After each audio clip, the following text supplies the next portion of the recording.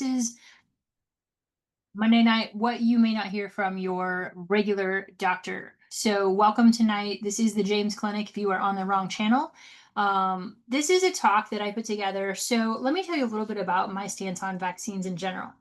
As a trained general surgeon, I was always thankful that this is an issue I didn't have to figure out because it sounded really complicated and really complex and a lot of information to dig through.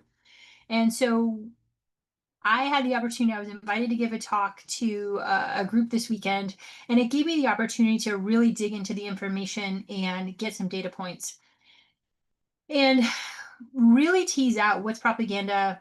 What are these tough questions? We hear both sides of an argument, and, the people on both sides are not always super credible. So, what is the truth? What is the fact? How do we break this down? How do we make decisions? Because at the end of the day, most of us just want our kids to be healthy and to make the right choices. And so hopefully tonight's information will help support that.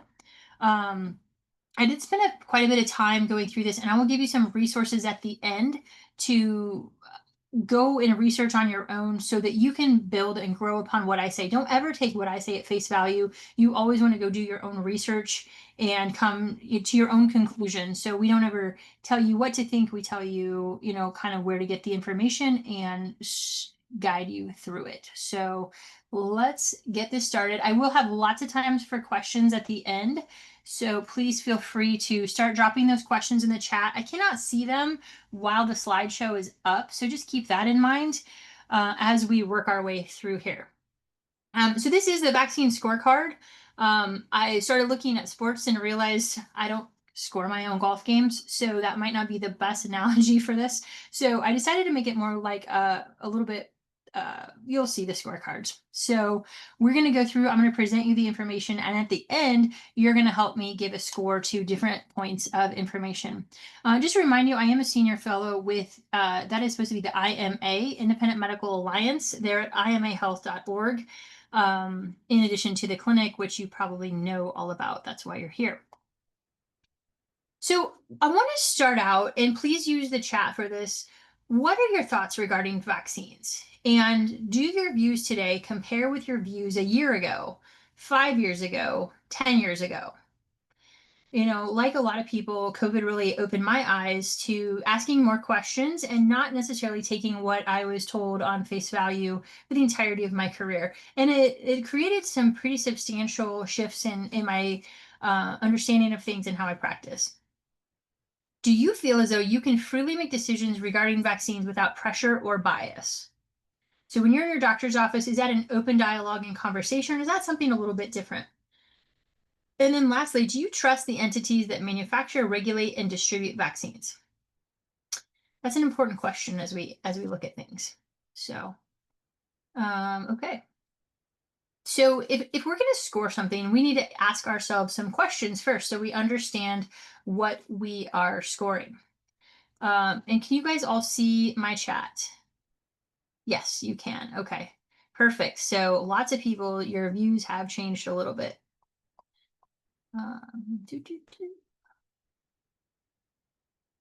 Okay, so in order to come up with a score, first of all, we have to know what's the game. What game are we playing? What are the rules? Who are the players? And then at the end of this, we're going to score these components together. So what is the game? So I'm going to call this the home team because the home team has had the propaganda advantage since the beginning of time. And then I'm going to call it the visiting team. That's kind of that newer voice that's coming out, and we will talk about that. So the home team says vaccines save lives. Every human being will get the vaccine series of shots that medical experts deem necessary to live on this planet. But oh, keep in mind, this is a $56 billion a year industry.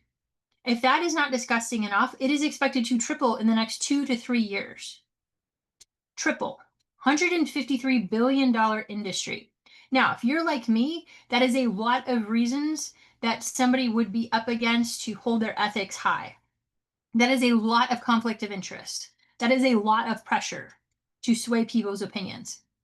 The visiting team says that vaccines are unsafe, that children are sicker than ever, and we have this autism epidemic happening in our schools. And we want to know if these two are tied together, because we have lots of moms out there that are saying, my child was fine one day, my child was not fine the next day, and there was only one thing that happened in between those 2 points. We think the crazy thing that patients should receive informed consent and make their own decision about their own health implications. And the vaccine industry is captured, and they are placing profits over patients to a level that is at least unethical, if not illegal. So this is the game we're playing, and I hate calling it a game because it is our children, it is our loved ones, it is our adults who are in the middle. So let's start with who are the players, and I do have a really good video clip coming up for you. So who are the players? You cannot have a discussion about vaccines without talking about Stanley Plotkin. He is the godfather of vaccines in the United States. Nothing happens without Dr. Plotkin's approval, stamp of approval. He has tons of publications. He has tons of awards to his name. Now he's in that retirement phase, so everything is named the Plotkin Award behind him. You can see he wrote the Vaccine Bible here. You can buy it on Amazon if you'd like to. I picked a piece of correspondence from Dr. Plotkin to Retsif Levi. He is a PhD from MIT who currently sits on the ACIP, which is the vaccine. They're the committee that chooses the childhood vaccine schedule. So he received this email that says, please consider whether your grasp of immunology and public health is sufficient to make recommendations that would result in more disease. Modesty about your basic knowledge would help. So it seems as though Dr. Plotkin may be a little spicy, even though he is well into retirement age. Next is Dr. Paul Offit. You've probably seen him on the news. He has designed, implemented countless vaccines, most famously the Rototech that was taken off the market, sold this patent for $100 million plus. He's authored a lot of papers. He's done a lot of things. And he was one time quoted saying, vaccines are so safe, babies can tolerate 10,000 vaccines at once. So that doesn't sound at all crazy, right? You probably saw Dr. Offit on the news during COVID. He talked a lot about the COVID shots for kids and saying that we maybe oversold those shots. And he was telling you to go get your kids' shots while he himself did not. So Dr. Paul Offit, and he was trained by Dr. Plotkin. Pretty much everyone is an educational descendant of Dr. Plotkin that you will find. And what you will also find is on the home team, in the vaccinology world, everyone has the same worldview. And there's a reason for that, because the money, the control of the industry, if you do not see things to the favorable end of big pharma, your career is over. You lose research dollars, you do not matriculate, you do not publish anything in a journal that does not agree with what they want because they own the journals. So this is Catherine Edwards. She's actually from Iowa. Thank you very much. She went to the University of Iowa and then went on to do a pediatric residency followed by a pediatric infectious disease fellowship. So I'm going to queue up a little video of her that we're going to watch. Let's see, let's go to right about here. Many of the vaccines, correct, on the market? Yes, sir. Okay. So you're highly... This is a deposition of Aaron Seary. He's an attorney for the ICANN network. We're going to talk about him in a minute. Deposing Dr. Edwards. This is August 25th, 2020 via Zoom. So we're just going to watch for a minute or so. Experience in conducting clinical trials, correct? I'm highly experienced conducting clinical trials. And you're familiar with many of the clinical trials that relied upon to license many of the vaccines currently on the market, correct? I am. In your opinion, did the clinical trials relied upon to license the vaccines that Gates received, many of... Okay, hang on. I got to share a different screen here then. It didn't go the right way. So you've got to see her body language. So let me back it up here just 10 seconds or so. Now, can you see the video? Yes. Okay, thank you. So you're highly experienced in conducting clinical trials, correct? I'm highly experienced conducting clinical trials. And you're familiar with many of the clinical trials that relied upon to license many of the vaccines currently on the market, correct? I am. In your opinion, Did the clinical trials relied upon to license the vaccines that Gates received, many of which are still on the market today? Were they designed to rule out that the vaccine causes autism? No. You badgered me into answering the question the way you want me to, but I think that that's probably the answer. So notice her body language there throughout that. I thought that was very, very interesting how she conducted herself in a professional situation. So I'm going to flip back over, and you have a ton of comments here. I'm going to get to all of them. So that's awesome. Keep them coming. So again, she is one of the home team advantage. So next we have Dr. Hotez, Dr. Peter Hotez. You probably remember him from the Joe Rogan podcast. He was on there a couple of times telling you how he ate his potato chips and lived an unhealthy life and didn't take vitamins because he didn't really need them, but you need all your vaccines. And his daughter is autistic, but they're certainly not connected. And oh, by the way, if you vote red, you probably deserve to be violently dealt with because you're a domestic terrorist. And don't you know that 200,000 needless deaths happen due to refusing COVID vaccines in those red states? So how you vote determines if you lived or died, according to Dr. Peter Hotez, who has never met a vaccine he didn't love and want in your arm a dozen times. It's important to know some of the entities as well. So the FDA is there to approve and safety regulate for vaccines. The CDC is actually charged with vaccine safety and monitoring those post-licensure to make sure that people are doing well with that. They run the VAERS program. Unfortunately, the CDC is also invested in vaccine stocks. So their annual revenue depends on selling more vaccines. The FDA is also funded by big pharma companies. That's how they get their money. And then you have Health and Human Services, who is charged with running the vaccine injury program, but they're also responsible for distributing the vaccines. So they have a lot of disincentive to tell people that their vaccines hurt people when they're the ones distributing them to start with. You have countless organizations underneath these entities, such as the ACIP. This is the Childhood Advisory Committee on the Childhood Vaccine Program.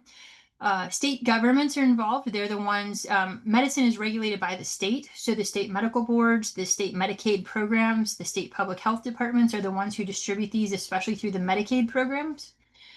You have the four horsemen of the pharma apocalypse. So these are the four manufacturers of vaccines listed here.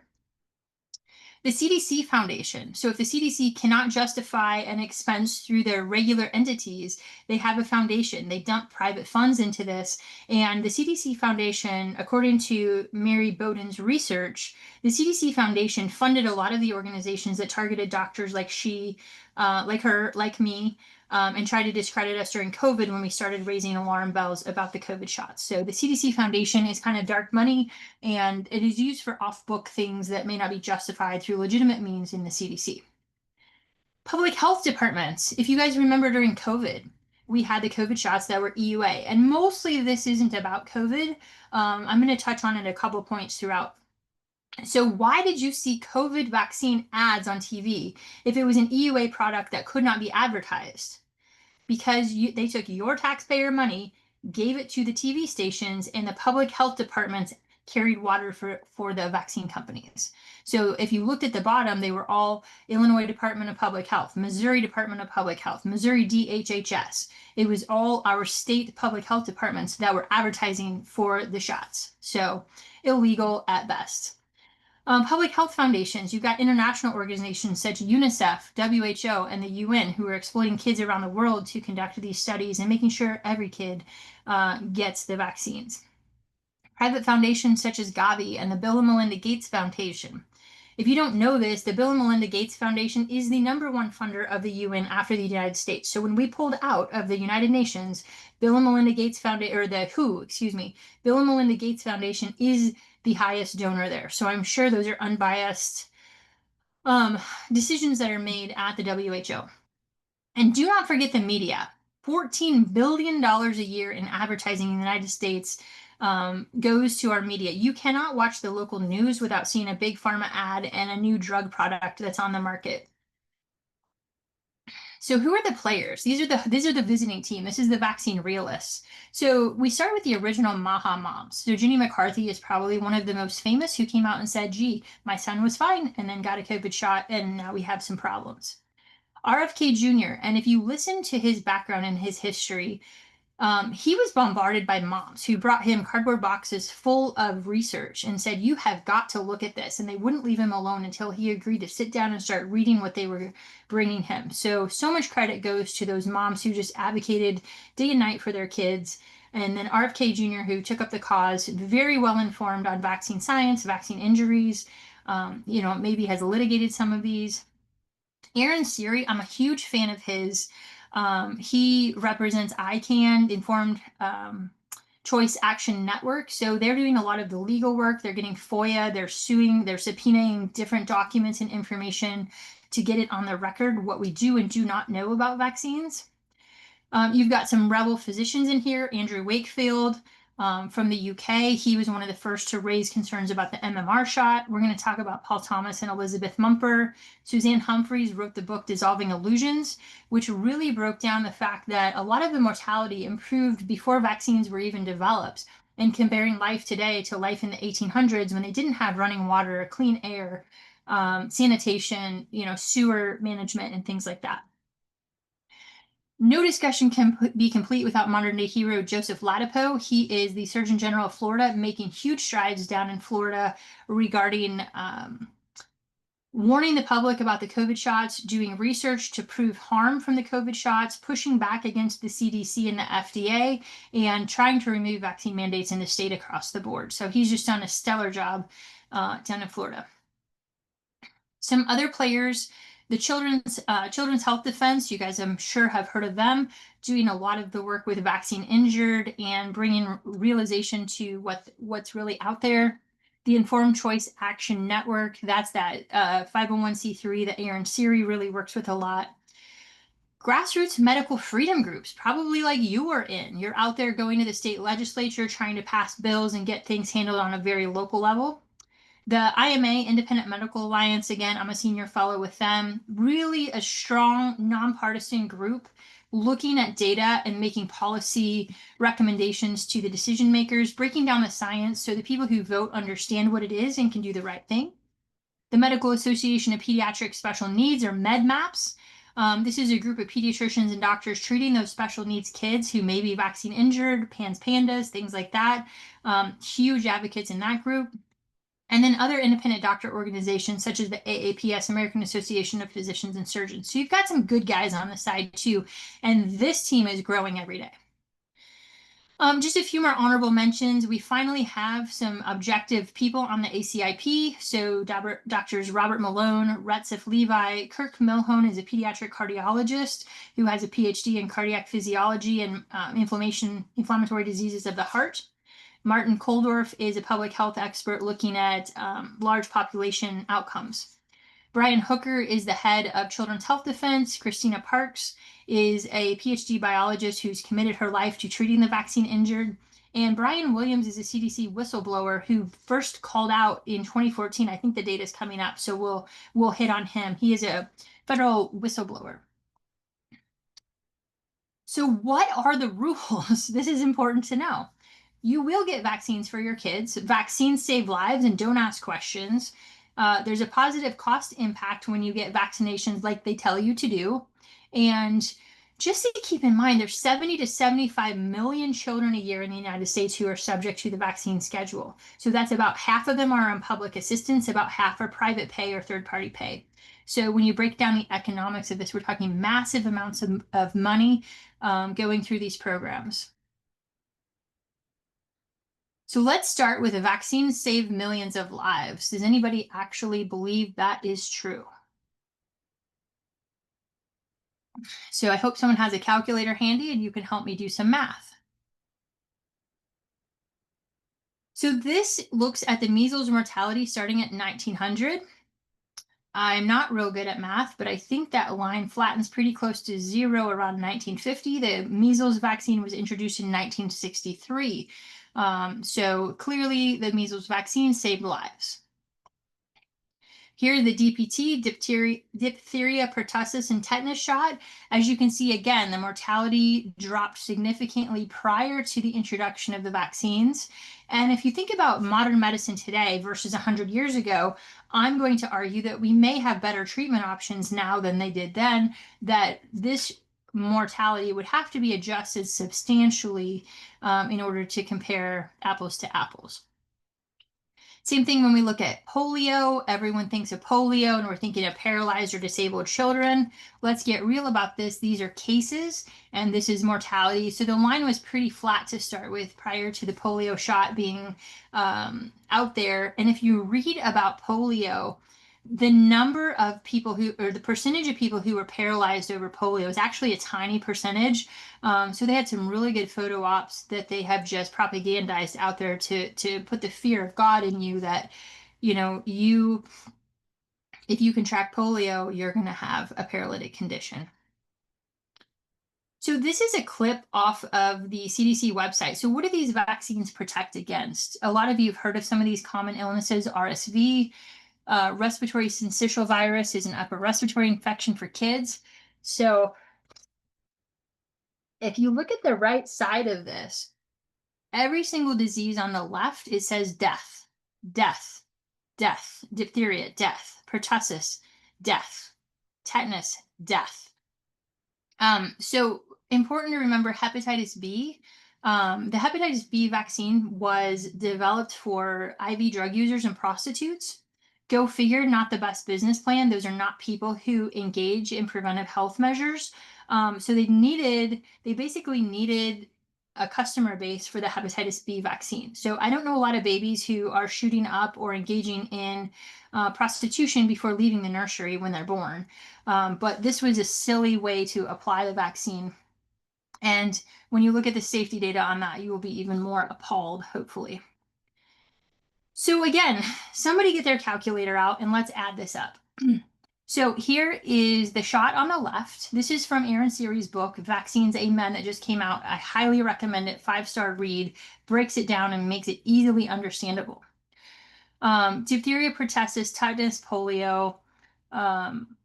Here is the year the vaccine was introduced, and here are the number of deaths prior to the year vaccine. So I'm not super good at math, but if you add up all those numbers, I don't think we're quite at 1 million. So where are all of the millions of lives saved? I don't know. This is a question without an answer right now because there is no data to back that up. So now we kind of change the rules. The Vaccine Act of 1986, and let's talk about this for a minute. So what happened in 1986, the three drug companies that were making oral polio, diphtheria, tetanus pertussis, and the MMR shot came to Ronald Reagan and said, we are getting sued so much that we are going to go out of business and we're not going to be able to make vaccines. So a thinking person might have said, gee, if you're making a bad product, maybe you should go out of business and not be making vaccines for kids if you're hurting that many kids. However, they didn't do that. And what they did instead is Congress passed the Vaccine Act of 1986. It's probably one of the most impactful laws in the country that changed pediatric practices. So it removed the most impactful consequence of vaccine manufacturing. So here I want to stop for a minute. I want to talk about the 2 ORs. And this is a new concept I just learned in business, but it's really smart and it applies here very well. So if you are running a business, you're generally going to have your guiding light principle, which is your primary OR, which is usually going to be something revenue, profit, money, things like that, right? It's going to drive your business. You need to have a positive financial statement. So that's your primary OR. But what happens if you only chase profit? You're going to make a crappy product and you're not going to be around very long because you're not going to have repeat buyers. So you have to have a counterbalancing OR, which is something like liability, customer satisfaction, customer retention. So that way, not only do you have profit, but you have a good quality product. Now you row your oars and you're going to go forward for a long time. Well, guess what happens when you take that liability OR like the Act of 1986 did and you throw it out the window? What happens if you row a boat with 1 oar? You go in circles. Guess who's trapped in the boat? Your babies. Your children are trapped in the boat with chasing profit with big pharma. This was disastrous. So it did more than that. So number one, liability protection for manufacturers. You couldn't sue these people anymore. Number two is informed consent. So how many people on this call have ever had a discussion on informed consent from your doctors regarding a vaccine that you got in the office?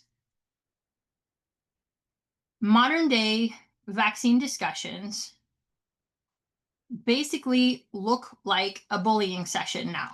It is a scare tactic, propaganda fest. Do you not want your kids to die? Are you not a good parent? And it even gets worse than that. We're going to get into that.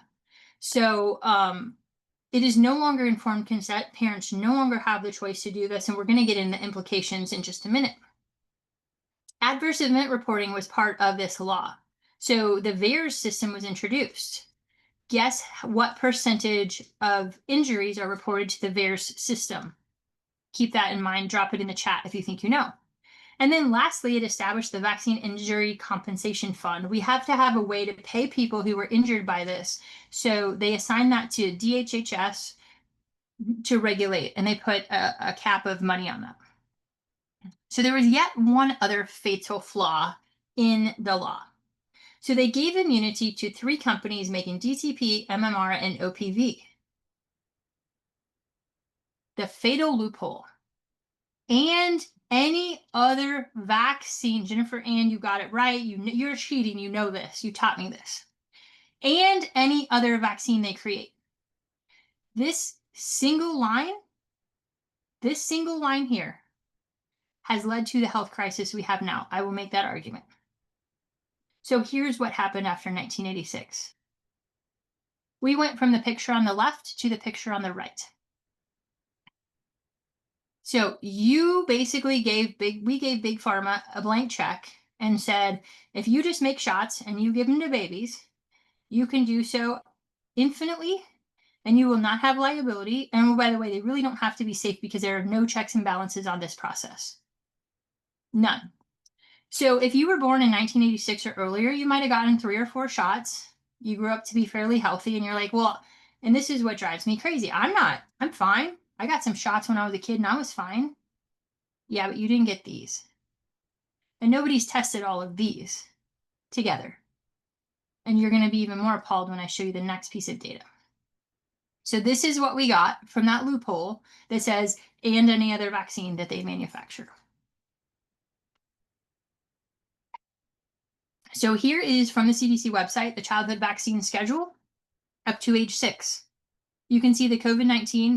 This is from last week. So it is hashed out, thankfully. So that is now a discussion with your healthcare provider instead of a recommendation. You can see the timing of each of these shots, and you can see at 2 months how many shots a kid's supposed to have. Truly appalling. And if you look at the SIDS rates and you start to tie things together, it becomes even more disturbing. This is also what you get when you take away the or of liability. So on the left, what you'll find is Pfizer's top 4 most profitable drugs. We have a blood thinner, a rheumatoid arthritis medicine, a statin, and a neurologic pain medication. If you look and see how long it took them to bring those to market safely, we're looking at 2 to 7.5 years. Because they could be sued for side effects, so they need to be certain these are safe. These are adults. These are adults with potentially not a long lifespan if you're on a blood thinner, potentially. Probably longer than or shorter lifespan than a baby. On the right are the number of days they looked at these shots before they said they were safe for kids. Brand new babies, brand new little tiny babies that have 18 years of development, and pediatricians carry 18 plus usually 5 to 6, 7 years of liability with them over the same decision. So 3 days for the polio, 3 days for the Hib, 5 days for that hepatitis B shot that we give prostitutes and drug users. So remember those numbers, years versus days. This is an impact of and any other vaccines they manufacture. So another point I want to make sure that we understand tonight is that if you are treating a patient with stage 4 cancer, You have much more benefit, so you tolerate much more risk for quiet. Sorry, my dog. You, excuse me.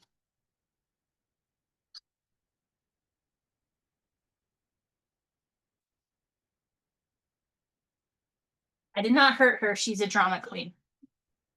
So if you are treating stage 4 cancer, you have much higher benefit, so you tolerate much higher risk to treat those patients. However, if you are treating a healthy baby with no issues to prevent an extremely rare condition, you have zero risk that you're going to tolerate for those people. But how can we prove that? We cannot. So here's one of the problems. No one is incentivized to investigate and develop a mechanism and establish that there's a vaccine injury. Therefore, there's never a proven vaccine injury. And we're caught in this loophole of no one looks, so no one finds it. And I want you to think about COVID. COVID is such an extreme example of this. So if you remember, they created a billing code. So if you got admitted to the hospital with COVID, the hospital made more money. What happened to the rate of COVID admissions? It skyrocketed. Whatever you incentivize, you get more of. Remember, they never had a code for COVID-19 vaccine injury. That is because they didn't want to know about it and they didn't want to find it. So anything in medicine we need to know about, we just incentivize with a code and we will get more of it. So the burden is on us to prove that there's a vaccine injury with no mechanism to do so, no one incentivized to do so, no one who wants to do so, and they just continue to deny that it exists because no one proved that it was there. However, the burden of proof needs to be on the person who is developing the intervention. So there were a couple of things I pulled out of here that I found shocking even after 25 years in medicine. One of them was that infants who received a DTaP vaccination had a 10x rate of death in the first 6 months after the shot.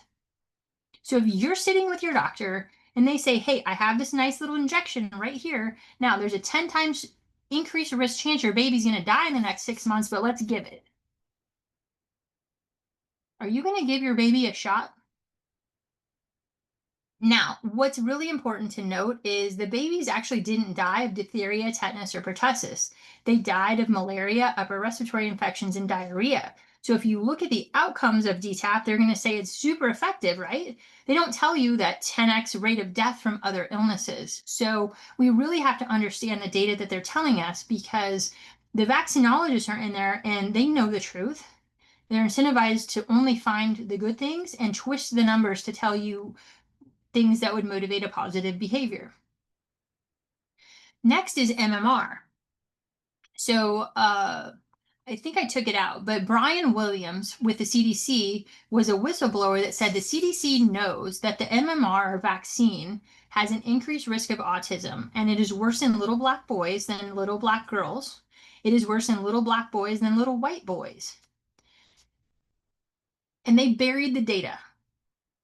Absolutely buried it and hid it. So again, you're not getting a true informed consent when you go to your doctor because they're not telling people the truth about these things. So that's related to the vaccine side of things. On the natural infection side, we're also changing the natural history because if we give people a measles shot and they don't get the infection, that changes the natural history. So two impacts that has that we don't talk about. Number one, moms who get measles have natural immunity. They then transfer that to the baby, and when the baby is born at an increased risk of having measles, they have that maternal protection. You do not get the same maternal protection with the vaccines. So that's number one. So you're actually making the babies at higher risk by treating mom with a vaccine. Number two are people with natural infection of measles have a 20% reduction in cardiac mortality. That's massive. When you think that cardiac events are the number one killer in our society, and it was 20% less when we allowed measles to have natural infections, this is huge. There's also a mortality reduction after measles infection in cancers and a reduced incidence of lymphoma. So we have altered the natural course of disease, adding to mortality even more so than the direct cost of the shots. Important to keep all of that in mind. So I'm going to skip over this. This is just a projection. It's total fairy tale. Basically, the CDC plugged in a bunch of money and said, we save all these lives and we save all this money. And all it is computer models, which aren't worth anything. So maybe it doesn't save lives and maybe it doesn't save money, but maybe the kids are overall just healthier and we don't know why, right? Maybe it's just a gestalt thing. Except it's not. So we have two different doctors. We have Paul Thomas, who is out on the West Coast, and I can't remember if it was Washington or Oregon. We have Elizabeth Mumper, I believe she was based in Virginia. So Paul Thomas was the first physician to basically record his practice. And when you look at these, you're looking at never vaxxed versus ever vaxxed. Okay, that's the data breakdown here. So in his patients, let's see. Let's go back. So there's 5 dots here, and this is never vaxxed, and this is each quartile of more vaccines. Oh, thank you, Portland. So this is the chart that made him lose his license. The day after he published this data, he got a call from his attorney. You have to stop seeing patients. You have to stop talking about this. Keep in mind, the CDC has never done a study like this. They have never done a study like this. And basically what it showed in everything from asthma, allergic rhinitis, breathing issues, otitis media, anemia, a number of things that the highest quartile of vaccinated children did the worst, and the 0 quartile did the best. So this is important to keep in mind. And again, he lost his license for publishing this after the CDC never published this data. Now, there's an interesting caveat to this. If you look here, developmental autism, the second group was the highest. Think about it. We usually see this at the 18-month shots.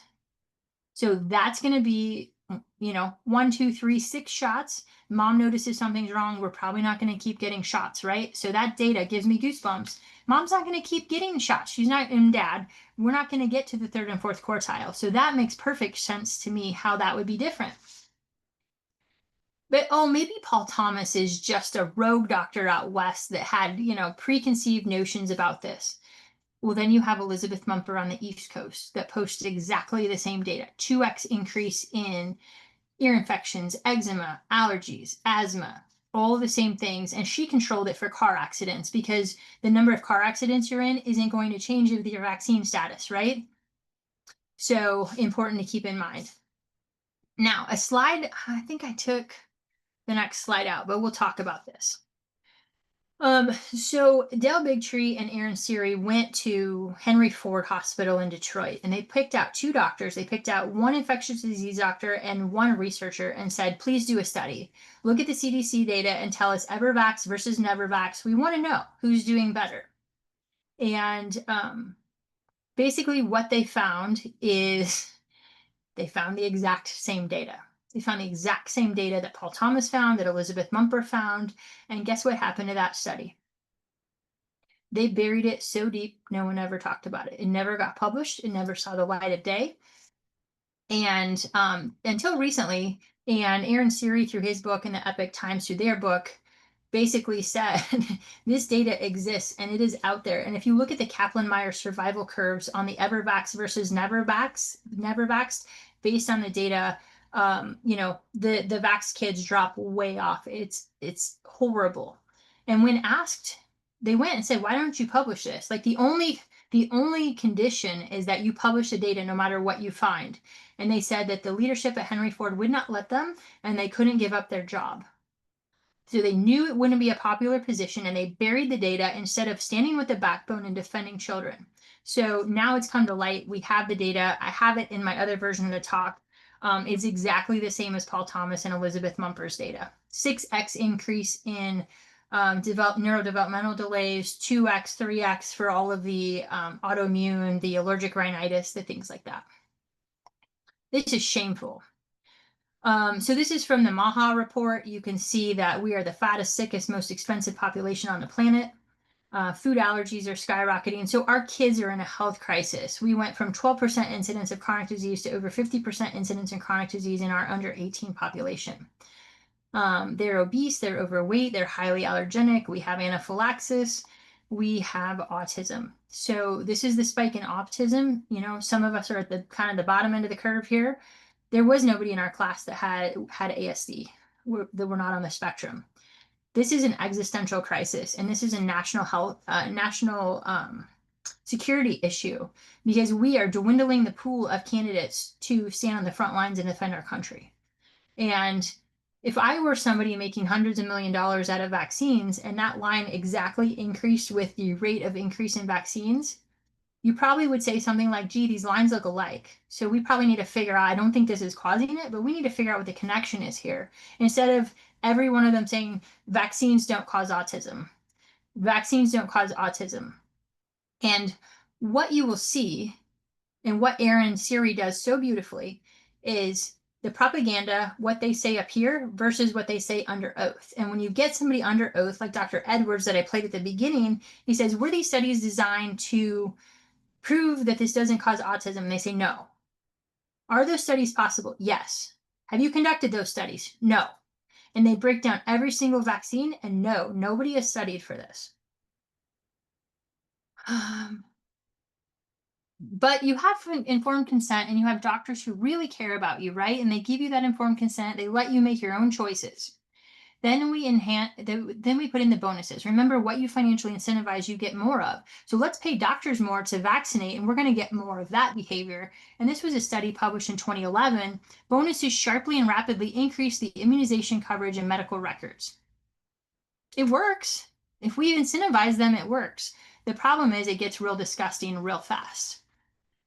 So pediatricians are given between $200 and $600 per child, depending on the percent that were fully vaccinated. So not only does it depend on how many vaccines a child has, it matters on the population, what percentage you get to. Thank you, Kristen. The Mercy Peds doctors used to have their annual salary decreased if they did not meet the quota. Yes, so they built the incentive into their check and they had to have a deduction. Imagine how incentivizing that is, even more so than getting a bonus. I'm going to take money away from you if you don't meet your quotas. Sick. It's sick. These hospital administrators know what they're doing. So not only do we incentivize them, but guess what that incentive has created? Now, if you don't want to follow their schedule, you're going to be terminated from their practice. All patients must remain up to date on recommended immunizations. We do not accept alternative or delayed vaccine schedules. Well, guess what? You are a medical practice. You do not have the authority or right to say what you accept or don't accept. So the problem is, doctors like myself have been on the defensive. We need to go on the offensive, and we need to be reporting every one of these practices to the medical boards, and we need to force the medical boards to do something. And until you do that, this isn't going to change. So our practice is filling up with kids who are being fired from their doctors because they will not get this series. But it's even worse. Imagine what could be worse than that. Doctors are now threatening parents with CPS, Child Protective Services, calling CPS on the families who will not vaccinate the schedule that they want. These kids can be removed from the home. There was a family in Vermont that Ann Vandersteel covered that fled to Texas because their youngest was not vaccinated and CPS was trying to take the child out of the home. So, yeah, they're out there, guys. The kids are out there. So this is really sad. And this is super discriminatory too, because if you are in a position, say you're on the state aid and you cannot afford to go to a practice like ours as a parent, and you need medical care, you are forced to comply with this so you continue to have medical coverage. So it's disgusting across the board. It's highly unethical. Anyone who participates in this deserves to lose their medical license. That's unequivocal. So VAERS, as we talked about, captures less than 1% of vaccine injuries. It takes about 45 minutes to an hour to fill it out. I've been in medicine 20 years before I even heard about the VAERS system. I didn't have vaccine injured patients in my practice, so some of it may be that, but we're never taught about this. You're not compensated to do it. You spend your time doing it.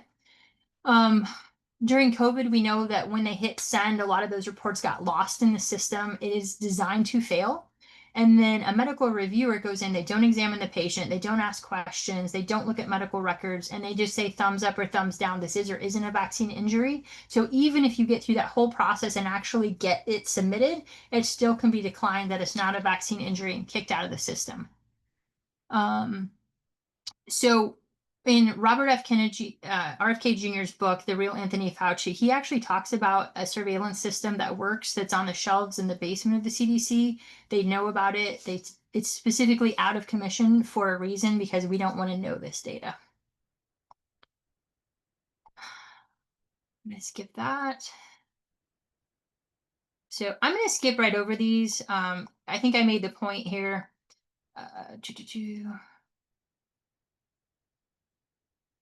So what do we need to do to turn things around? Let's get to the heart of this. Number one, the COVID shot has to be removed from the market. If there are people out there who still are not smart enough to realize this is the most devastating medical product brought to market, there's no help for them. And we need to protect them, especially the ones who are doing this to their children and lining them up. So it's contaminated with DNA from the simian virus. SV40. It's contaminated. It is pro-inflammatory. It is invading every organ. It has caused every kind of organ failure, turbo cancer, autoimmune conditions, you name it. The COVID shots have caused it. There's over 3,000 papers that show that. We need to rescind the 1986 Liability Protection Act. This is going to be almost impossible because the pharmaceutical companies are paying politicians so much.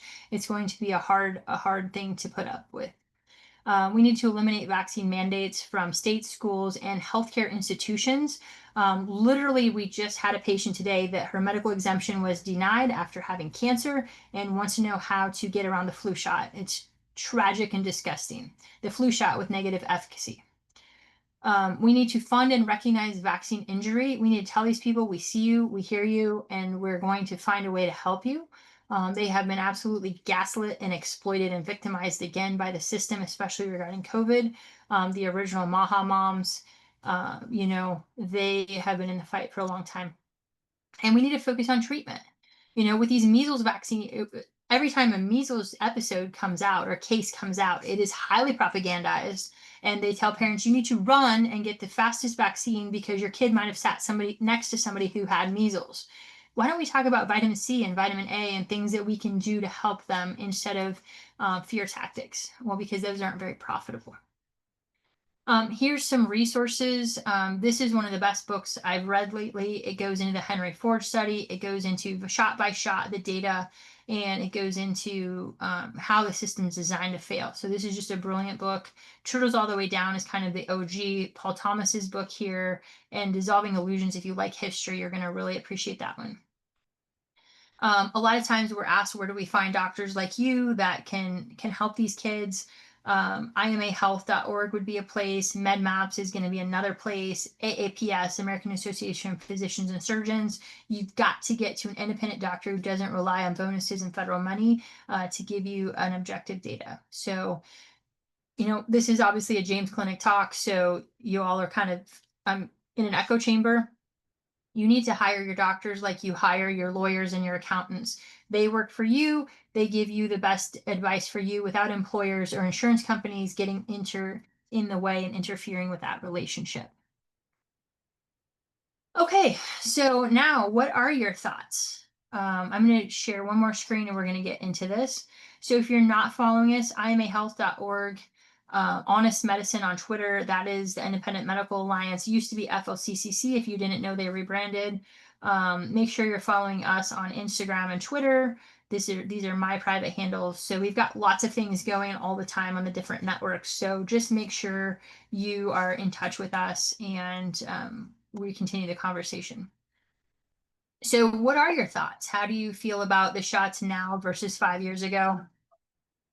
Yeah, there's Wonder Dog jumping over there. She's fine. I didn't do anything to her earlier. Okay, lots of questions, lots of comments coming in. Thank you for all that. Okay. So how many of us have totally changed our minds in the last at least 5 years regarding vaccinations and how we think about those?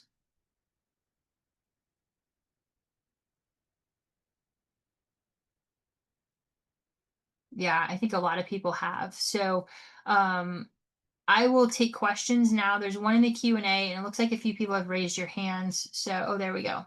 Yeah, a few of you raised your hands, some of you put it in the chat. So this is a major issue. If you know a parent struggling with this, it is just tragic to me that families are ripped apart over this.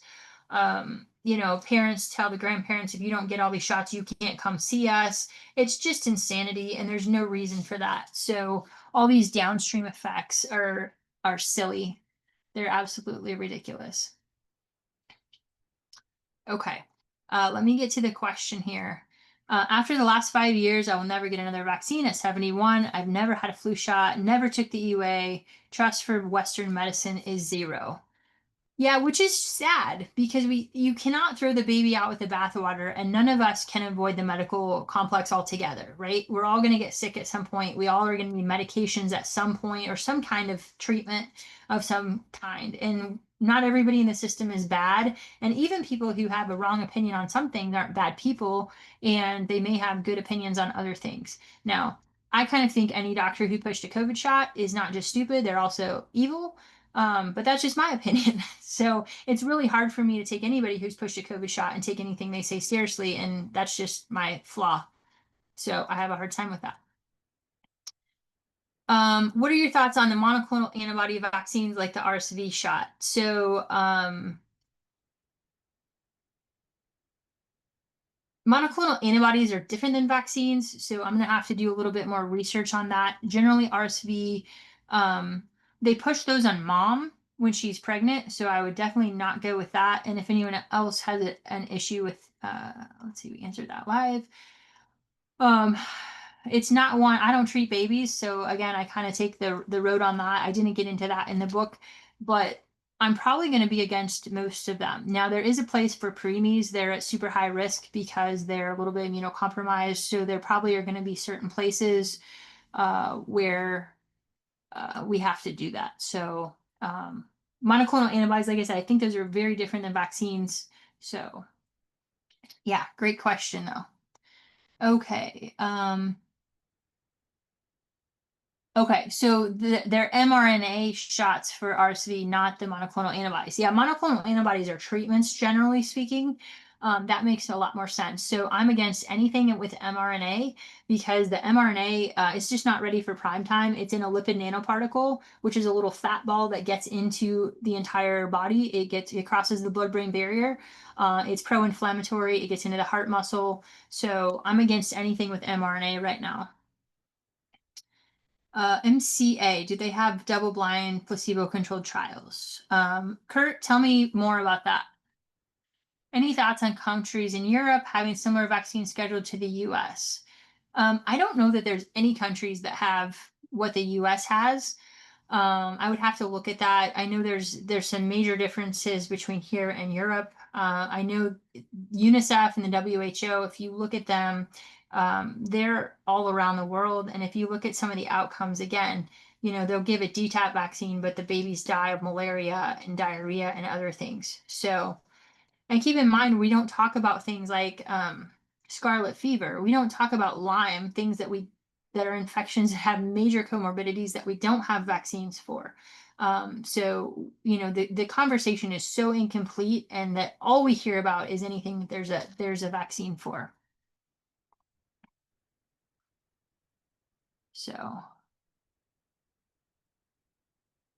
Germany, Germany has a similar schedule to the US, up to 6 months. Again, I think the COVID shots were the worst thing they ever did for the vaccine industry, because most people said, you lied to me about this, so I'm going to assume you're lying about everything else. And vaccine uptake has never been lower. So I think what you're going to see is we're going to have the healthiest population coming out of this, because for the first time, I think 21 or 22 was the first time we saw US life expectancy drop.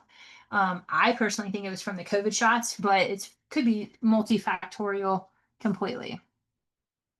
Yes, even the farm animals, you have to inject your livestock with mRNA in order to take them to auction.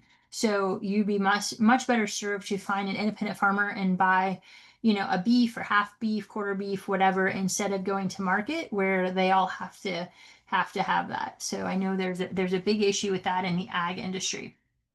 Gary Miller, I know this talk is for children, but as an older adult, what is your view on vaccines in general and more specifically the shingles vaccine?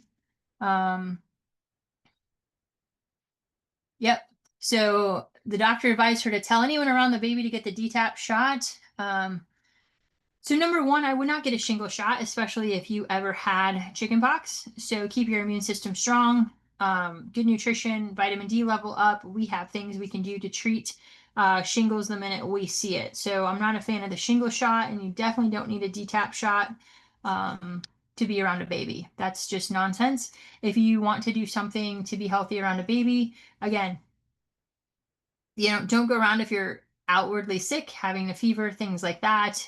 You can do X Clear or Cofix up the nose. You can do silver up the nose.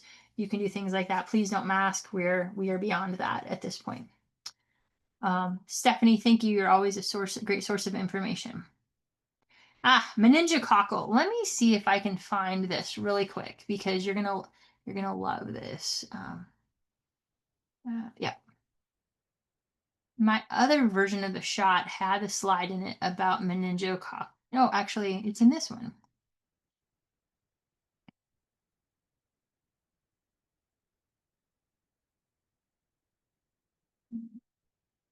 Escape from this, and I will show you a screen that will answer that question for you.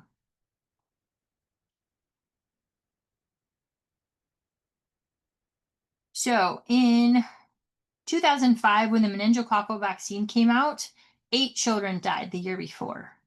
So we're going to vaccinate 30 million children a year to prevent the death of 8. There's no way those numbers shake out. So we also have better medical care. You know, your kids should have your vitamin D levels checked. They should have a healthy gut. They should be eating good food. They should be taking supplements. Protect your kids in other ways. So, okay. I was given a pneumonia shot during a lumpectomy, unbeknownst to me. Yeah, be careful what you sign. Yes. I never saw that, but I got out of the OR long before this became an issue. So never one time that in my hundreds and thousands of operations I did had we ever even talk about vaccines, let alone give them in the OR. I can tell you in the ICU, I would have a patient come in with septic shock, which is like dying of an infection, and they would be on the standing orders that they would give a flu shot and a pneumonia shot. And even back then, I'm like, that doesn't make any sense. You're going to take my patient and I'm trying to figure out what's going on and stabilize them, and you're going to add an unknown entity when their immune system is already stressed out. It's absolutely stupid. If I found out about it, I canceled those orders before they were enacted. But like I said, they're part of a standing order set that the nurses would just do. So if I didn't catch it, a lot of them were given those shots in the ICU. Again, it's just stupidity, and the hospitals are getting money for it. So it makes no medical sense, but they get money. So a hospital administrator needs to get their 7-figure bonus and drive their nice car. So that money has to come from somewhere.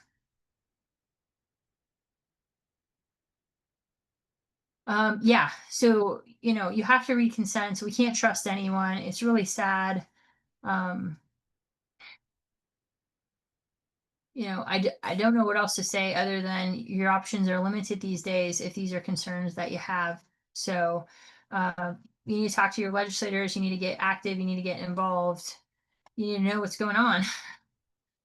So, it is 6:58. We have 2 minutes. If you have any questions, um, I'll just give a wrap for a couple things. Multiple texts, emails, phone calls today. People are looking at their premiums for next year. As you know, my family's in the health insurance industry. Mom, if you want to come up and say a couple of things, you can. Uh, Premiums for next year are looking 20 to 40,000 per year before you even hit a deductible.